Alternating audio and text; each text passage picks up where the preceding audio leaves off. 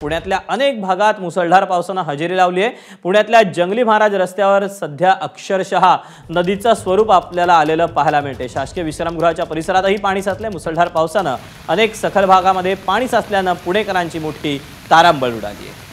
Update जाणून घ्या, Mickey Ghai आपल्याला याबद्दलचे अपडेट देतोय। मिकी, सध्या काय पुण्यातलं चित्र आहे?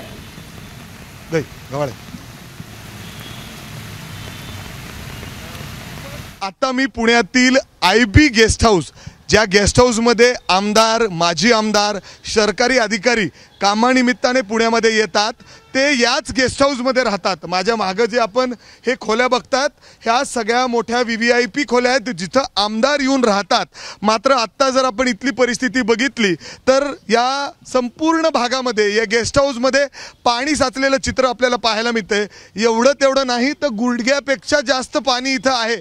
समोरचे जर आपण दरवाजे बघितले तर संपूर्ण पाणी या खोल्यांमध्ये गेलेलं आहे। अर्थात आतमधले फर्निचर असेल, बेड असतील, इतर वस्तू असतील, ते सगळे या ठिकाणी खराब झालेले आहेत। समोर जर आपण बघितलं तर काही गाड्या त्या ठिकाणी उभ्या आहेत, ते गाड्या देखील पूर्णपणे पाण्याखाली गेलेले आहेत। त्याच्यावरून आपण अंदाज बांधू शकतो की या परिसरात किती पाणी साचलेलं आहे। मी थोडंसं आतमध्ये जाण्याचा प्रयत्न करतोय।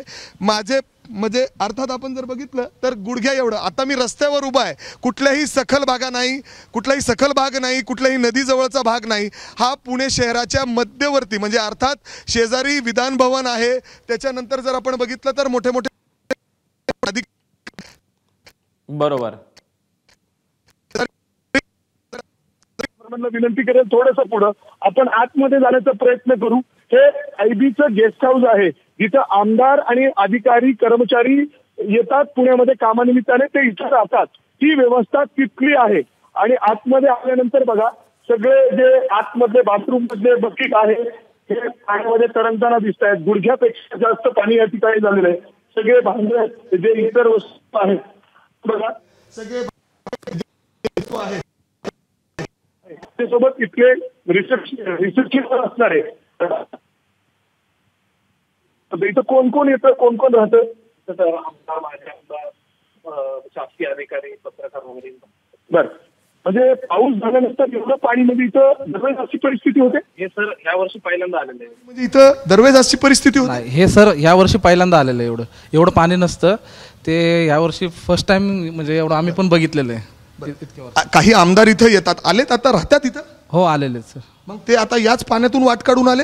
हो, त्यांना म्हणजे आम्ही काही तक्रार दिली नाही का? नाही, सांगितलं त्यांना की असं पाण्याचा प्रॉब्लेम आहे, त्यामुळे शिफ्ट केलं आपण त्यांना। पूर्ण लाईट बंद केली या परिसरातली पाण्यामुळे? हा, या बिल्डिंगची फक्त लाईट बंद केलेली। इथं जवळ नदी नाही, काही नाही? नाही, नदी वगैरे नाही इथं। मग एवढं पाणी आलं कसं इथं?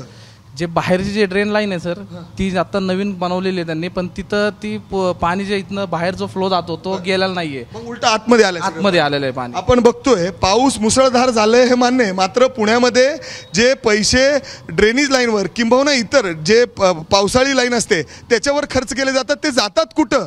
अर्थात हे आमदार निवासस्थान, म्हणजे अर्थातच मिकी, हे जे सगळे पैसे आहेत हेच सगळे या पाण्यामध्ये तर वाहून गेले नाहीत ना पैसे दुरुस्तीचे, असा प्रश्न हा आता तुझ्या गुडघ्या एवढं जे पाणी साचलेलं आहे ते बघून उपस्थित होतोय।